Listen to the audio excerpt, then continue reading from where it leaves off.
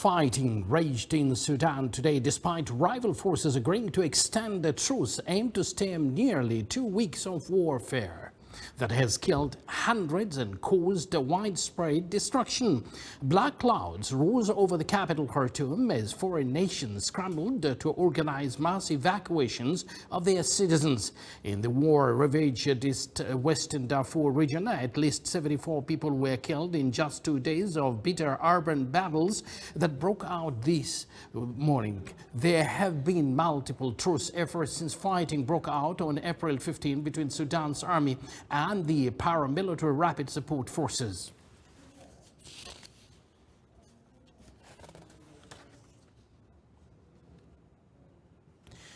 The Egyptian Foreign Ministry said that more than 16,000 non-Egyptian nationals have entered into the country through its border crossing points with Sudan. After Sudan, the armed conflict between the Sudanese armed forces and the rapid support forces erupted on April 15.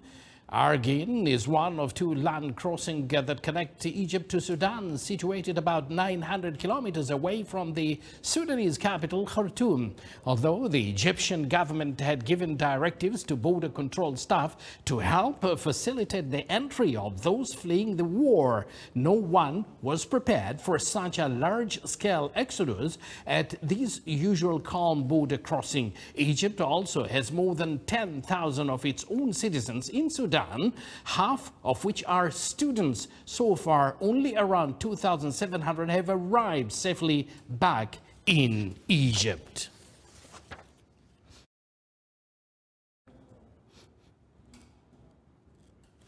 Secretary General of the Organization of the Islamic Cooperation, Hussein Ibrahim Taha, had a telephone call today with the Secretary General of the United Nations, Antonio Guterres, during which the two sides discussed the latest developments in the Republic of Sudan.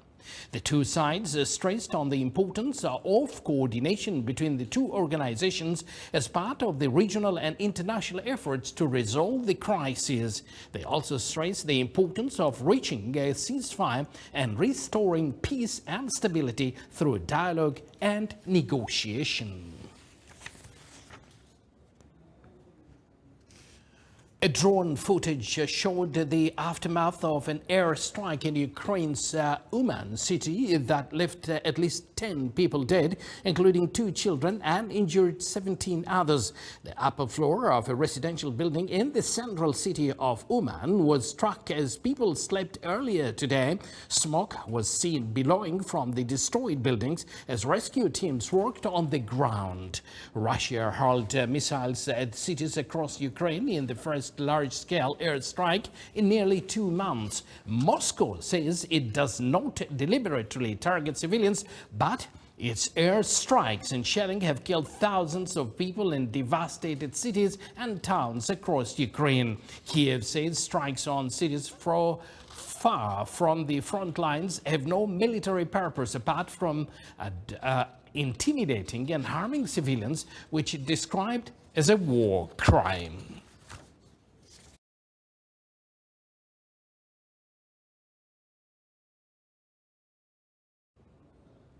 The Kremlin denied that Russia was preparing to carry out a nuclear weapons test, saying all sides were continuing to abide by a moratorium on the testing of nuclear weapons. Nuclear tensions between Russia and the United States have increased since the start of the conflict with Ukraine.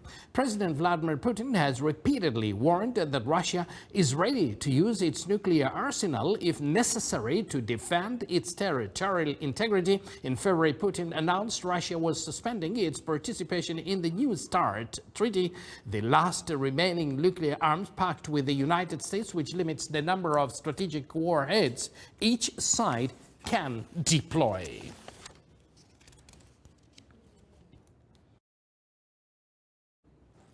China's foreign ministry said today that its Coast Guard had taken action to safeguard sovereignty after Philippines vessels intruded into Chinese waters. The Philippines Coast Guard earlier said it was involved in a confrontation with Chinese vessels that made dangerous maneuvers in the South China Sea, the latest in a string of tense maritime interactions between two countries. The incidents occurred as the Coast Guard undertook a week-long patrol in the strategic waterway as a Chinese foreign minister visited Manila last weekend to meet his Philippines counterpart and President Fernandez Marcos Jr.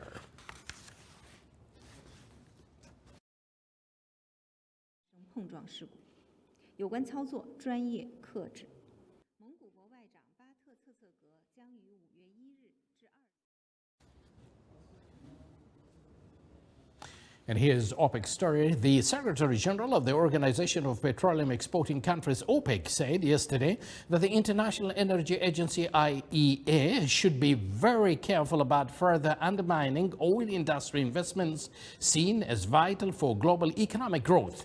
He added that OPEC and OPEC Plus were not targeting oil prices but focusing on market fundamentals, and that finger-pointing and misrepresenting the actions of the oil exporter and their allies was counterproductive.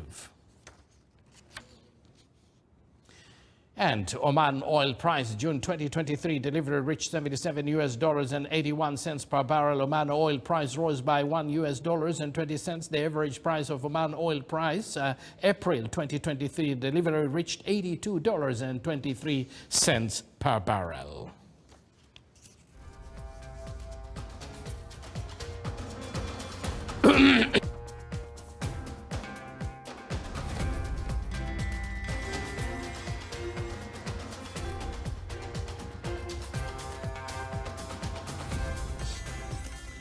You're watching the Sultanate of Oman television, and yet to come in our news bulletin,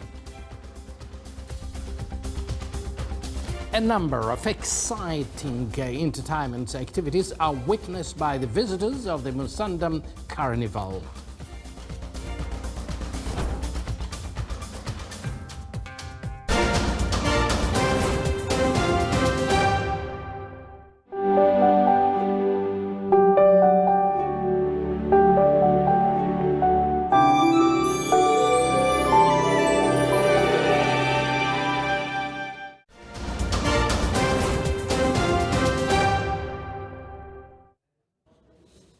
Welcome back to the news from the Sultanate of Oman television. The Civil Aviation Authority issued alert number 11 of the expected heavy thunderstorms as a result of the effects of the depression on a number of governorates of the Sultanate of Oman. The authority stated that heavy thunderstorms are expected during the noon and evening periods, which are concentrated in the governorates of South and North Sharqiya and parts of Muscat Governorate. The rains are expected to extend to include parts of the governorates of Dakhiliya, South al-Batina and al-Wusta, which may range from 20 to 50 millimeters. The Civil Aviation Authority calls on everyone to take precautions during thunderstorms and not to cross overflowing wadis and avoid lower places and not to venture into the sea.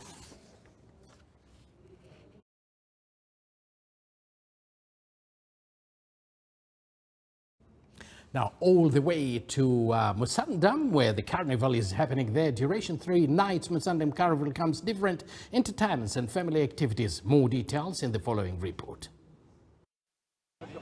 In line with the efforts to boost tourism sector in the Sultanate of Oman, Musandam Carnival was launched at Bassa Beach within the wilaya of Khasab. The carnival offers various activities aimed to serve youth, families and different business ventures within Musandam Governorate. This event is a continuation efforts by Ministry of Heritage and Tourism to organize a set of events in different governorate and Sultanate of Oman. Musandam Carnival in its first edition, we aim from it to enhance and the tourist movement to the Sultanate, to the Musandam Governorate, and also to encourage SME, especially from Musandam Governorate, to participate in such events. And we believe this is a platform where they can offer their services, their activities in such event. Musandam Carnival is organized in collaboration with the Ministry of Heritage and Tourism, Musandam Governor's Office, Umran Group and several public and private sector entities.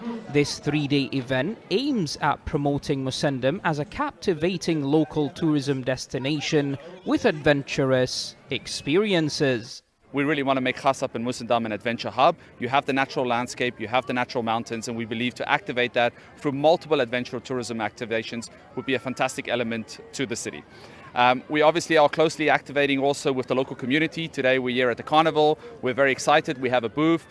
We see the community out, and this is the community we really want to engage and attract. We've also really focused on attracting the community to the center, not through just creating jobs, but also to colloque to the local market and to local companies. The zipline and this carnival bringing lots of people in one place, and it's also reflecting on the tourism as well as the economic of the country. The activities of Musandam Carnival varies in themes. It includes a food corner offering delicious local and international cuisines, a shopping corner for visitors to learn about local products and home businesses, a children's activities corner, fun recreational games, a youth activities corner which held several musical performances and electronic interactive games. It's noteworthy to mention that such events raise awareness on in-country value and push towards overall development of the governorate. Musandam Carnival, an opportunity for families to come together and do various activities. It is also an opportunity for small and medium businesses and productive families to showcase their services and products. For Oman TV, Ahmed bin Hilal al-Busaidi, Musandam Governorate. Beautiful Musandam with the best carnival there, and our reporter Ahmed Al-Busaidi. This is the Sultanate of Oman television. Before we end tonight's bulletin, here are the main points once again. Fighting rages in Sudan despite rival forces agreeing to extend a truce aimed to stem the warfare that caused widespread destruction.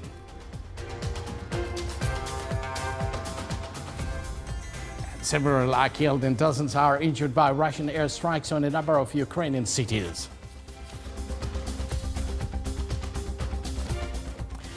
And with that, we do conclude this news bulletin directed by Studio Director Salim Al-Mawali.